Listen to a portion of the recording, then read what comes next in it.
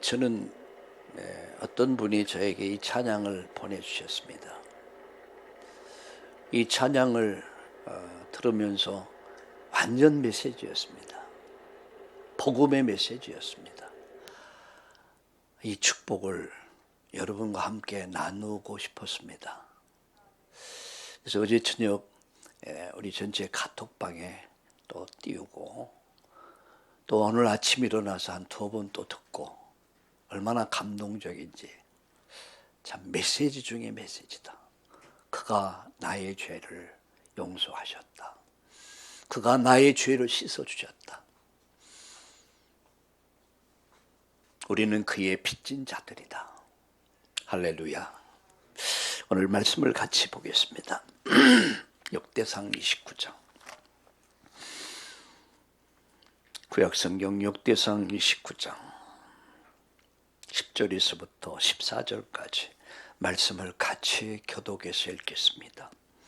다윗이 온 회중 앞에서 여호와를 송축하여 이르되 우리 조상 이스라엘의 하나님 여호와여 주는 영원부터 영원까지 송축을 받으시옵소서.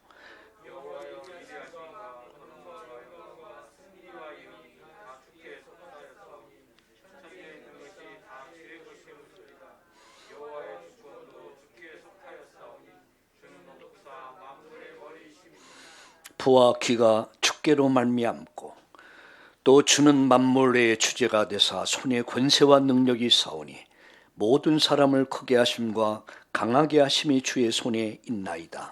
우리 하나님이여 우리가 주께 감사하며 주의 영화로운 이름을 찬양하나이다. 같이 읽겠습니다. 나와 내 백성이 무엇이기에 이처럼 즐거운 마음으로 들을 힘이 있었나이까. 모든 것이 주께로 말미암았사오니 우리가 주의 손에서 받은 것으로 주께 드렸을 뿐이니이다. 아멘.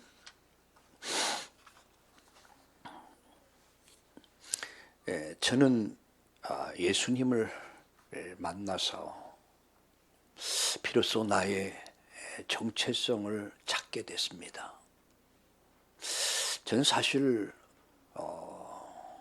많은 시간들을 방황하면서 고통의 시간들을 보내야 됐거든요. 부모를 원망했고 세상을 원망하고 내 자신을 학대하면서 희망이 없었으니까. 근데 어느 날 제가 복음을 듣게 됐고요. 제 인생이 바뀐 것을 봤습니다. 내가 어디서 왔으며 내가 어떻게 살다가 내가 어디로 갈 것인가, 여기에 대한 답을 얻게 됐어요. 저는 그때부터 제 인생이 바뀐 것을 봤습니다. 이전의 내가 아닌 새로워진 나. 그러면서 내가 이 땅에서 살아야 할 이유를 발견하게 됐습니다. 저는 행복한 사람이 됐죠. 왜냐하면 답이 없는 인생을 살다 인생에 답을 얻은 거예요. 여러분 얼마나 행복한 줄 아십니까? 오늘 우리는 찬양하는 사람들의 얼굴을 쭉 봤습니다. 얼마나 평화롭습니까? 감사와 감격이 있는 삶. 저는 바라기는 우리 참나온 교회 찬송들, 저를 만나는 모든 사람들이 이런 행복한 사람들 되기를 바랍니다. 이 모든 것이 저는 은혜라는 사실을 알았습니다. 그래서 지난 주일 여러분과 함께 은혜로 사는 사람들이란 제목으로 말씀을 드렸습니다. 제 삶을 보면 한마디로 말하다 은혜다, 그렇게 말할 수밖에 없어요. 제가 은혜로 구원받았고요. 은혜로 일꾼 됐고요. 살아온 날들이 은혜였더라고요. 저보고 어떻게 사느냐 물으면 이렇게 말합니다. 은혜로 사는 사람이다. 우리는 은혜로 사는 사람입니다. 그래서 은혜가 은혜 되기 위해서는 정말 이 은혜가 어떤 바탕 위에 은혜가 됐는가를 이해를 할 수 있어야 돼요. 그게 뭐죠? 신앙의 발판입니다. 여러분, 그 사람의 영적 상태 있죠. 신앙의 상태가 그 사람의 정신 상태를 만듭니다. 그리고 그 정신 상태가 여러분 삶을 만들어요. 국가를 만들어요. 여러분, 잘못된 종교가 들어간 나라는 다 멸망합니다. 무슬림이 들어간 나라, 천주교가 들어간 나라, 이상한 사이비 종교가 들어간 나라는 그 나라 전체의 국민이 정신이 이상하게 돼버려요. 여러분, 우리가 잘 아는 무슬림 같은 경우에는 무슬림을 위해서 그들이 위해서 순교하면 천국 가면 처녀들이 70명이 대기하고 있다고 가르쳐요. 우리 강민호는 한번 잘 생각해봐요. 70명의 처녀가 기다린대. 그게 순교를 하면. 그러니까 그들이 막 순교하는 거야. 순교가 아니라 개죽음 당하는 거죠.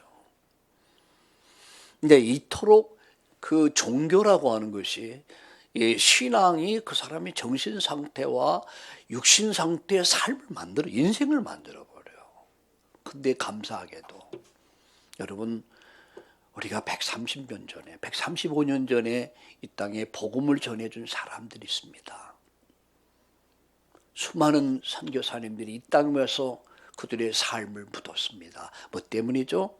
행복을 주기 위해서. 내가 만난 예수님, 그 예수님을 전하기 위해서 그들의 생을 바쳤습니다. 어제 어느 분의 신앙 간증을 들으면서 참 이런 분들이 있었기에 내가 있구나라고 하는 것을 다시 한번 감사하면서 오늘 여러분과 함께 저는 신앙의 발판과 고백이라는 제목으로 말씀을 드리려고 합니다. 신앙의 발판. 여러분, 내가 지금 어떤 신앙의 발판 위에 있느냐, 어떤 고백을 하고 있느냐, 그게 여러분의 오늘의 납니다. 그리고 미래 납니다. 영적으로 건강한 사람은요, 정신세계도 아주 건강합니다. 그리고 삶도 건강해요. 영적으로 병들면 정신세계가 병들고 생각이 병들어 버려요. 그리고요, 삶이 병들어 버려요. 그렇게 여러분, 신앙이 중요한 것이고, 이건 신앙이라는 문제는 생사의 문제죠. 그리고 이 신앙의 발판, 어떤 발판 위에 나의 신앙이 세워졌느냐, 이게 전부란 말이에요. 그래서 저는 오늘 이 말씀을 준비하면서 제가 매년 1월달, 2월달까지 제가 반복되는 메시지들이 있습니다. 그걸 잘 들으셔야 돼요. 왜? 너무 중요하기 때문에. 그래서 신앙의 10가지 발판을 가지고 한 주마다 할 것이냐, 아니면 오늘 정리를 하고 제가 계획했던 이제 그 계획대로 갈 것이냐, 좀 더 기도해 봐야 될 것 같아요. 근데 오늘 이 시간은 간단하게 신앙의 발판, 우리의 신앙의 발판과 고백, 이런 제목으로 말씀을 드리고 함께 기도하려고 합니다. 첫 번째입니다.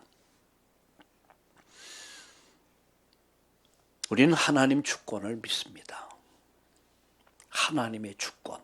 오늘 성경을 볼까요? 여러분 11절을 보세요. 여호와여, 위대하심과 권능과 영광과 승리와 위엄이 다 주께 속하여 싸우니 천지에 있는 것이 다 누구 것이에요? 주의 것이야. 여러분, 불신자들이 차지하고 앉아서 왕노릇하는 모든 것들도 다 우리 주님께요. 이따금 이런 기도를 합니다. 하나님, 복음 없는 불신자들도 하나님의 것을 딱 차고 앉아갖고 큰소리 빵빵 치는데 내가 하나님 자녀 아닙니까? 하나님, 나에게, 우리에게 이런 것을 주옵소서. 그렇게 기도합니다. 그럼 우리 하나님 뭐라고 할까? 알았다. 시간표 되면 내가 시간표 되면 내가 내게 줄 것이다. 그 다음 보세요. 천지에 있는 것이 다 주의 것이로소이다. 여호와여 주권도 주께 속하여 싸우니 주는 높으사 만유의 머리가 되신다. 하나님의 절대 주권, 주권이 누구에게 속해 있어요? 하나님께 있다는 사실이요. 여러분, 이것은 하나님의 주권을 믿는 신앙은요, 신앙의 출발입니다. 모든 신앙의 출발은 하나님의 주권을 믿는 믿음으로부터 시작되는 거예요. 이걸 안 믿으면요, 신앙이 안 돼요. 나는 하나님의 절대 주권을 믿습니다. 오늘 이 믿음의 고백이 저와 여러분의 고백이 되길 바랍니다. 여러분 인생의 현재와 미래, 과거가 하나님의 주권 속에 있다는 사실이에요. 내가 그 주권 속에 있다는 사실이에요. 두 번째입니다. 하나님의 방법입니다. 여러분, 하나님 방법이 뭐죠? 에베소 1장 3절 10절에 보면 죄와 사단과 지옥 권세에서 우리를 구원하시는 길이 뭡니까? 요한복음 3장 16절에 하나님이 세상을 이처럼 사랑하사 독생자를 주셨어. 그 주신 목적이 뭡니까? 멸망하지 말고 영생 얻으라. 하나님의 절대 방법. 그 방법이 뭘까요? 바로 예수 그리스도입니다. 여러분, 우리 함께 찬양 들었고 불렀잖아요. 그가 내 죄를 씻어주셨습니다. 그분이 나의 죄를 용서해 주셨습니다. 그분이 나를 의롭다라고 인정하셨습니다. 그는 살아나셨습니다. 그는 성령으로 우리 함께 하십니다. 하나님이 인류를 구원하는 방법, 유일의 방법, 오직의 방법, 그 방법이 창세기 3장 15절에 여인의 후손이 언약이요. 여러분, 출애굽기 3장 18절에 희생제물이다. 바로 그 희생제물이 주인공 되신 예수 그리스도가 이 땅에 오셔서 십자가에 죽으시고 부활하심으로 말미암아 인류가 가지고 있는 근본 문제, 이 죄를 씻어주셨고 저와 여러분이 하나님 자녀돼서 천국 얻는, 영생 얻는 구원의 길을 열어주셨습니다. 방법 중에 방법이 뭡니까? 바로 예수 그리스도입니다. 믿으시길 우리 주님의 이름으로 축복합니다. 많은 사람들이 이렇게 말해요. 왜 예수만 믿으라 하느냐?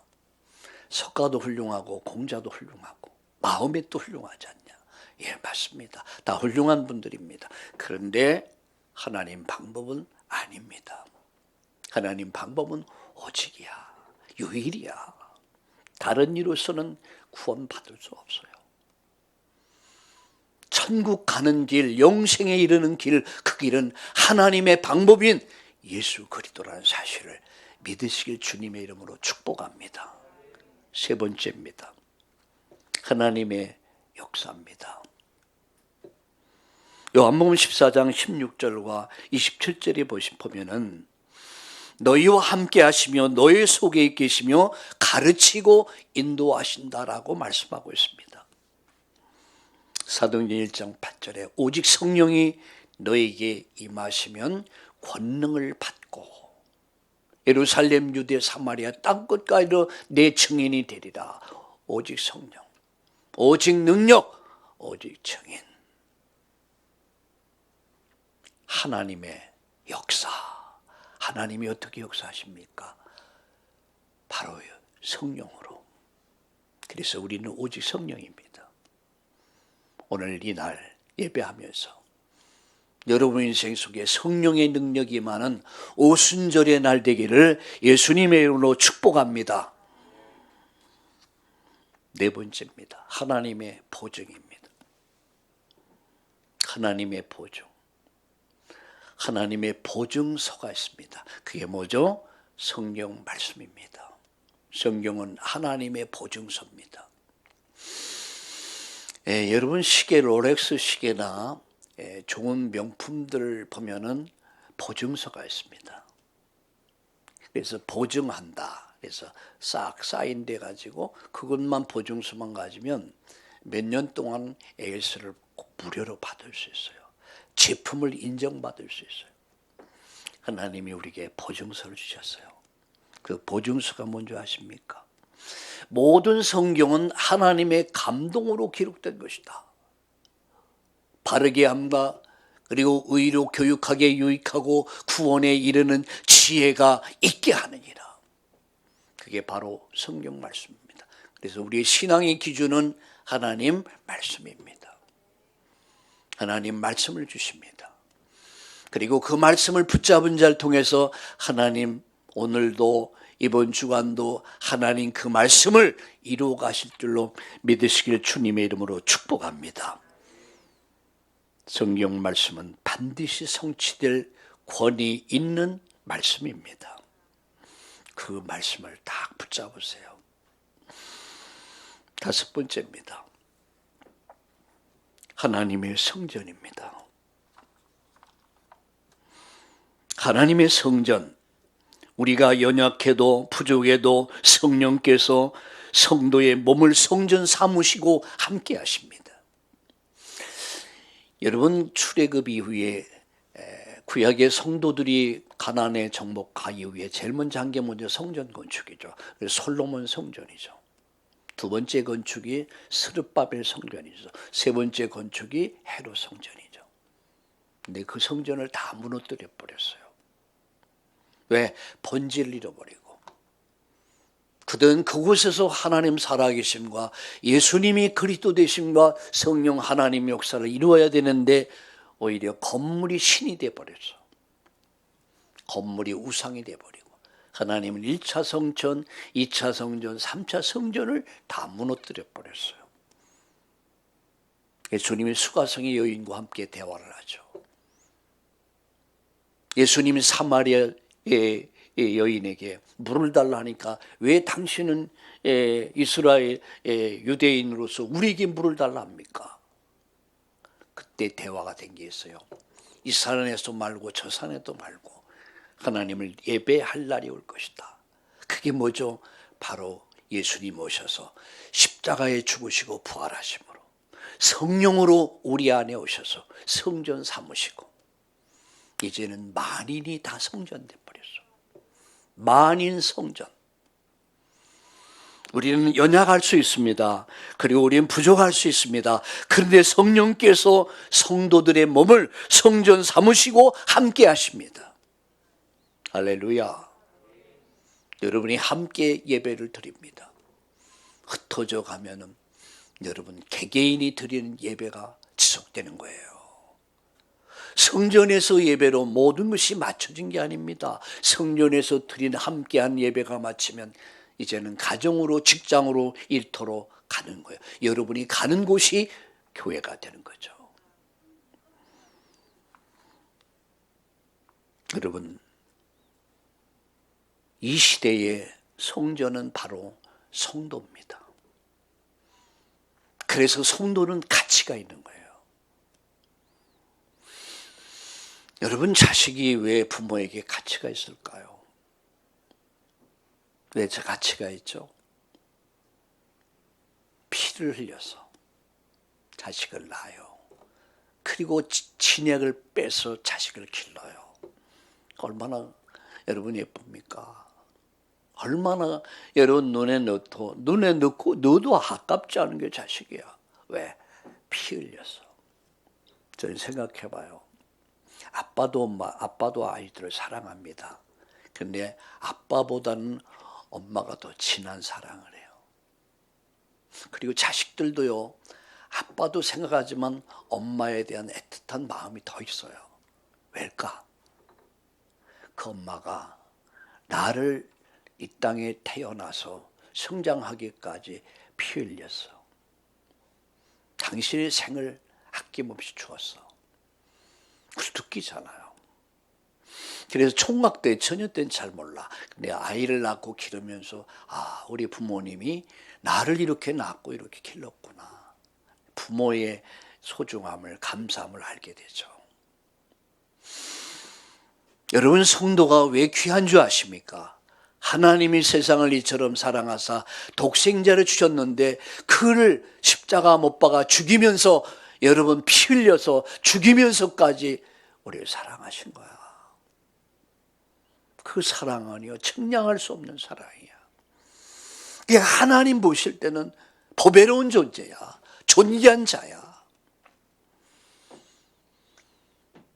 내가 너를, 이사야 43장 1절에 보니까 내가 너를 지었느니라, 내가 너를 만들었느니라, 내가 너를 구속했네. 넌 두려워하지 말라. 물 가운데로 가도 물이 너를 침몰지 못할 것이며 불 가운데로 가도 너를 사르지 못할 것은 나 여호와가 너의 구원자다 라고 말씀하고 있습니다. 나의 구원자가 누구십니까? 우리의 구원자가 누구십니까? 바로 살아계신 하나님이야. 바로 주는 그리스도시요 살아계신 하나님의 아들이십니다. 그분이 나를 성전 삼으셔서, 그리고 내 안에, 내 속에 함께 계세요. 그래서 하나님 볼 때 존귀한 자가 된 거야. 가치 있는 자가 된 거야. 내가 내 자신을 볼 때 너무 초라해. 너무 무기력하고 무능력하고 내 자신이 미워질 때도 있어요. 근데 그건 내 생각이야.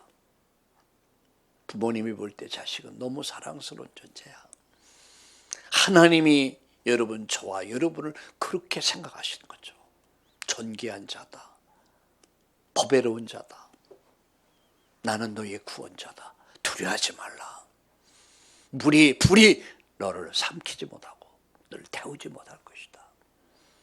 여러분, 우리가 코로나 바이러스로 몸살을 앓습니다. 불안과 두려움과 공포 속에 있습니다. 그러나 여러분, 두려워하지 마세요. 우리가 건강 관리를 해야겠죠. 우리가 방역도 해야겠죠. 그러나 너무 잡혀버리지 마세요. 여러분은 하나님 보실 때 존귀한 자입니다. 보배로운 자입니다. 하나님은 우리의 구원자십니다. 믿으시길 주의 이름으로 축복합니다.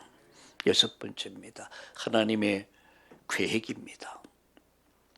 사도행전 39장 1절과 6절에 보면 요셉이 보디발의 가정의 노예로 팔려갑니다. 감옥에 갑니다. 바로 왕 앞에 섭니다. 총리가 됩니다. 그런데 이 모든 과정 속에 하나님의 계획이 숨겨져 있었다는 사실입니다. 왜 노예가 되어야 됐습니까? 가야 돼. 왜 감옥에 가야 됩니까? 가야 돼.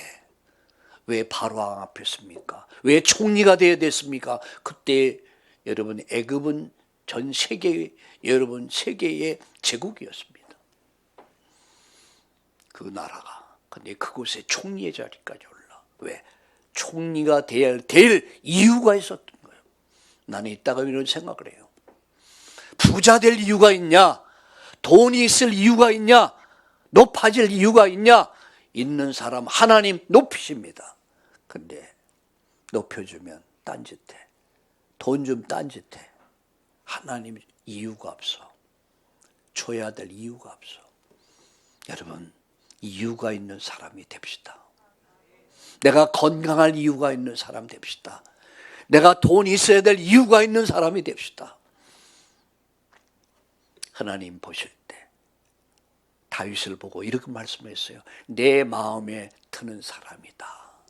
여러분, 하나님 마음에 드는, 저도 여러분도 하나님 마음에 드는 사람 되기를 주님의 이름으로 축복합니다. 여러분 인생은 어느 날 바뀔는지 아무도 모릅니다. 하나님이 어떻게 역사하는지 아무도 모릅니다. 하나님 역사하시면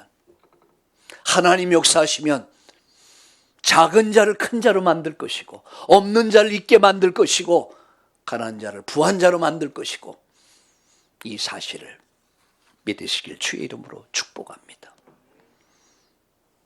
여러분, 하나님의 자녀의 가정, 직장, 학원, 그 모든 것은 응답의 현장이라는 사실이에요.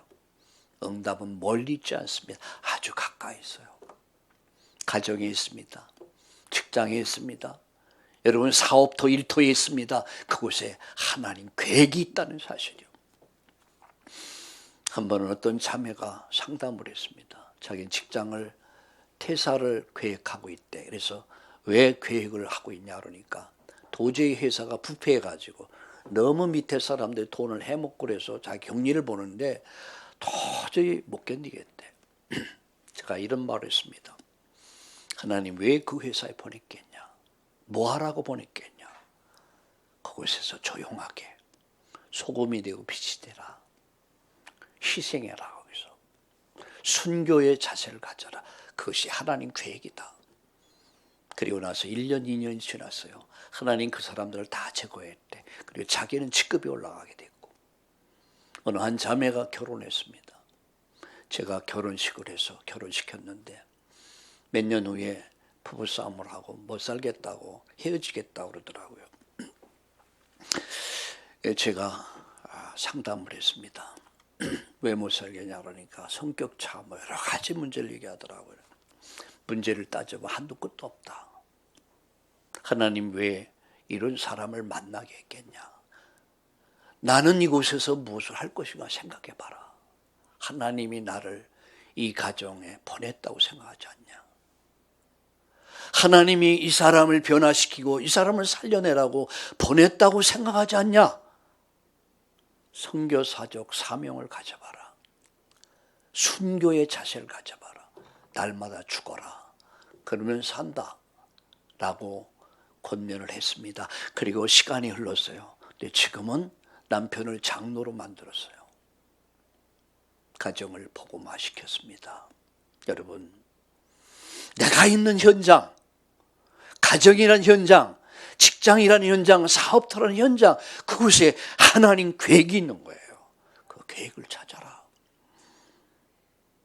여러분, 7번째 하나님의 통치입니다. 여러분 시편 139편 1절과 10절까지 보면 하나님은 생사화복의 주관자시오. 우리의 불신앙, 인본주의에 속지 말고 어떤 상황에서 믿음을 잃지 말고 인간의 생사화복을 주관하시는 하나님을 의지하는 저와 여러분 되기를 우리 주님의 이름으로 축복합니다. 저희 삶과 저희 죽음이 하나님 손에 있습니다. 그렇다면 두려워할 게 뭐가 있겠습니까? 이것을 낳은 다니엘은 사자굴 속에 들어갑니다. 이것을 낳은 사드락 메삭 아벤노고는 불가마 속에 들어갑니다. 그런데 그들이 죽었습니까? 죽고자 하면 살아요. 살고자 하면 죽습니다. 그죠? 하나님의 통치, 하나님의 인간의 생사화복을 주관하신다. 하나님의 섭리입니다. 8번째. 시브리서 9장 27절에 보면 사람이 한 번 죽는 것은 정한 이치다. 이 말은 한 번 죽어야 된다는 거예요.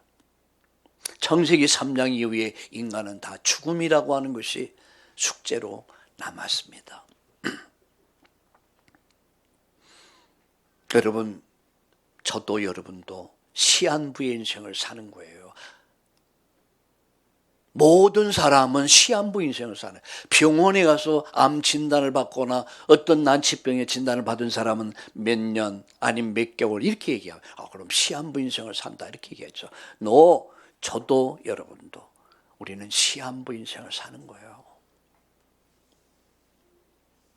그날이 언제 있는지 모르겠지만 잠깐의 시간이야. 저는 이렇게 말합니다. 전반전, 후반전. 인생에 전반전이 있고 중반전이 있고 후반전이 있다. 여러분은 초반전입니까? 중반전입니까? 아니면 후반에 이제 심판이 고만한 혈액에 싹 풀잖아요. 그럼 이제 끝나는 거야. 무슨 얘기입니까? 우리의 인생은 제한돼 있단 말이야. 그러면 복음 안에 있는 나는 정말 복음 안에서 의미 있는 인생, 가치 있는 인생, 하나님 필요로 하는 인생, 세상이 필요로 하는 인생을 살아야 될 거 아니에요. 밥만 먹다 죽다 얼마나 여러분 허무합니까? 가치 있는 인생을 살아야 된다. 의미가 있는 인생을 살아야 된다. 하나님 나라 뜻을 이루는 저와 여러분 되길 바랍니다. 멋진 인생을 삽시다. 작품을 남기는 인생을 삽시다. 9번째, 하나님 심판입니다.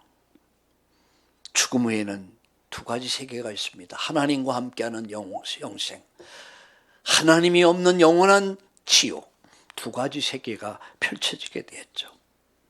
신자는 오른편에, 불신자는 왼편에, 그리고 오른편에 있는 사람에게 착하고 충성된 종아. 왜? 이미 심판이 그에게 지나갔어. 예수님이 심판을 받으심으로 우리는 의의 자리, 오른편의 자리에 앉게 되겠죠. 상급의 심판이 있겠죠. 그런데 죄 용서받지 못한 사람들은 행위록, 그리고 행위록 속에 없을 뿐 아니 생명록 속에 없을 뿐만 아니라 그들이 살아온 모든 죄를 가지고 심판을 받아 영원한 지옥에 처한다는 사실입니다. 이 심판대는 누구든지 다 서야 됩니다. 이 문제를 해결받아야 돼. 그러나 오른편에 있는 자, 의롭담을 얻은 자는 하나님과 함께 영생에 이른다는 사실을 믿으시길 바랍니다. 10번째, 하나님의 상급입니다.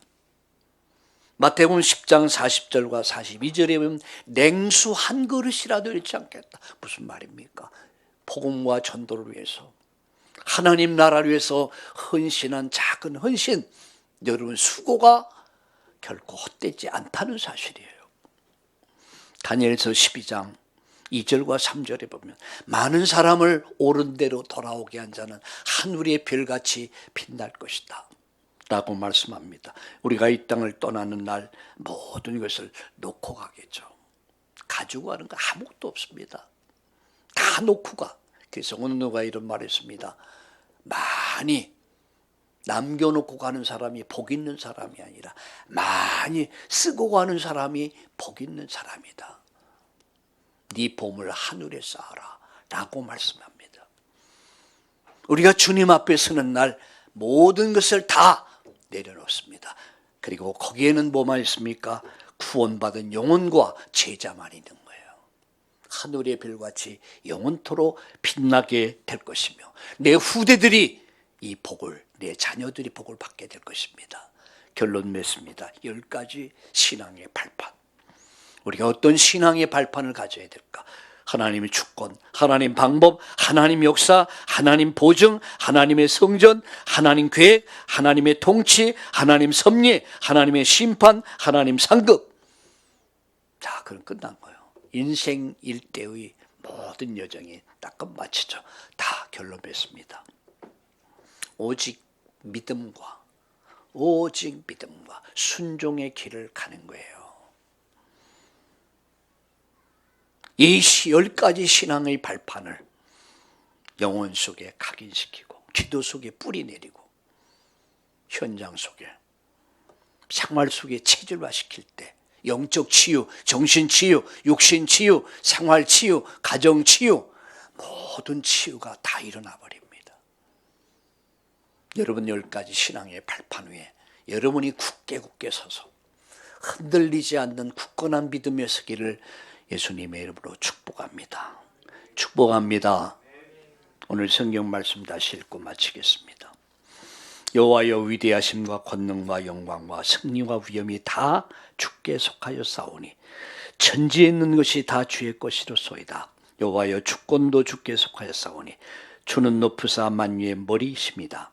부와 귀가 주께로 말미암고 또 주는 만물의 주제가 되사 손에 권세와 능력이 싸우니 모든 사람을 크게 하심 강하게 하심이 주의 손에 있나이다. 살아계신 하나님, 하나님의 절대 주권을 믿습니다. 하나님의 방법 예수 그리스도를 믿습니다. 하나님 역사 오직 성령의 역사를 믿습니다. 성령, 오직 성령, 오직 능력, 오직 증인으로 설 수 있도록 오늘 일부 예배에 참여한 저들, 인터넷으로 예배하는 모든 이들에게 이 은혜와 복을 내려 주시옵소서. 예수님의 이름으로 감사하며 기도드립니다. 아멘.